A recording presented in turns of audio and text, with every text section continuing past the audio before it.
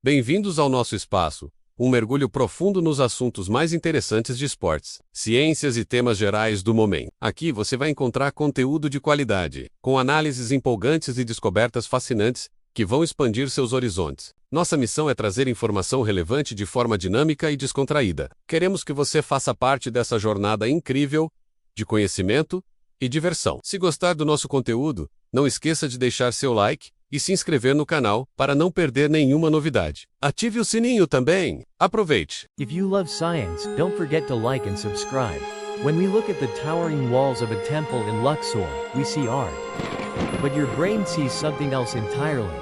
A high-speed data stream perfectly calibrated for the biological hardware of the human eye. We often think of ancient Egyptian hieroglyphs as a beautiful but inefficient way to write.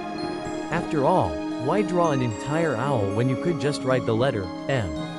However, modern neurobiology suggests that the scribes of the Nile were actually pioneers of visual ergonomics.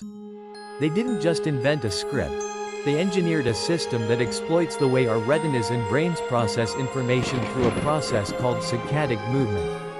To understand why hieroglyphs are so special, we first have to understand how we see. Your eyes don't glide smoothly across a page like a camera on a rail. Instead, they make tiny, frantic jumps called saccades. Between these jumps, there are brief moments of stillness known as fixations. It is only during these fixations, lasting mere fractions of a second, that your brain actually absorbs high-resolution data. The rest of the time, you are effectively blind, and your brain simply fills in the gaps. Most modern alphabets are linear and repetitive, requiring the eye to move in a very rigid, predictable pattern. But hieroglyphs are different. They are modular. One of the most fascinating features of the Saccadic script is its orientation. In ancient Egypt, you could read from left to right to left, or top to bottom. But how did you know where to start? The system had a built-in, visual anchor. Every human or animal figure in a line of text faces the beginning of the sentence. This isn't just a stylistic choice. For the human retina, this provides an immediate, low-resolution cue in the peripheral vision. Before your eye even lands on a specific glyph, your peripheral vision has already detected the flow of the images, signaling to the brain exactly where the next saccadic jump should land. This reduces the cognitive load required to navigate a complex wall of information.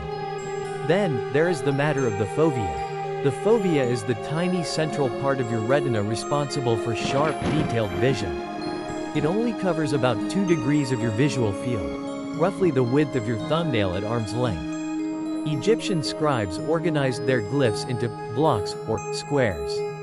Rather than stringing signs out in a long, thin line, they grouped them into clusters. This grouping matches the span of recognition of the human fovea. When an Egyptian reader looked at a cluster of signs, the entire meaning unit fell within that high-resolution window. This allowed for parallel processing of information. Instead of decoding one letter at a time to form a sound, the brain could recognize a concept block in a single fixation. Furthermore, the iconic nature of the script, using recognizable images like birds, reeds, and eyes, taps into our brain's object recognition hardware.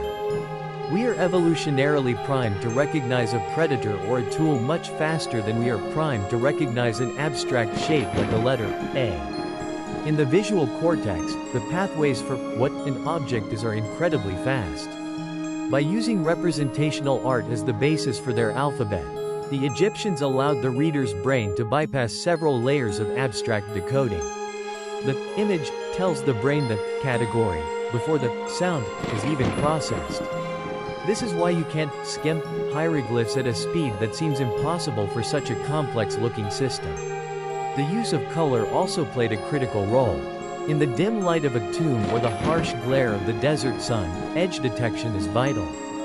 Hieroglyphs were often painted with high-contrast pigments, deep blues, vibrant reds, and stark blacks. These colors weren't just decorative, they were frequency-optimized to trigger the L and M cones in the human eye, ensuring that the boundaries of each sign remain sharp even in suboptimal lighting. In essence, the Saccadic script was a masterpiece of biological interface design. It treated the human eye not as a passive observer, but as a high-speed scanner. By aligning their writing system with the physical limitations and strengths of the retina, the ancient Egyptians created a medium that remains one of the most efficient visual communication tools in history. They didn't just write for the soul, they wrote for the eye. For more incredible facts like this, don't forget to subscribe and turn on notifications.